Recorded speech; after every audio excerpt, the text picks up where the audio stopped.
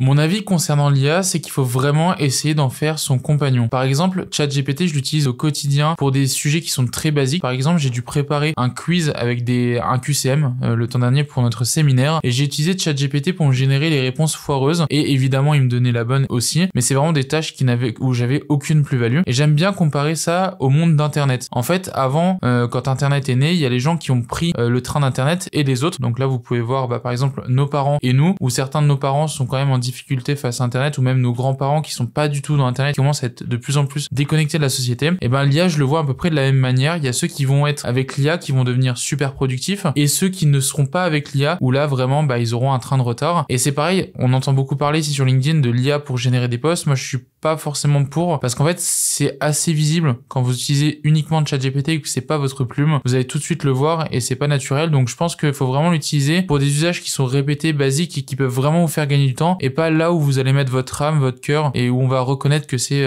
votre personne qui publie.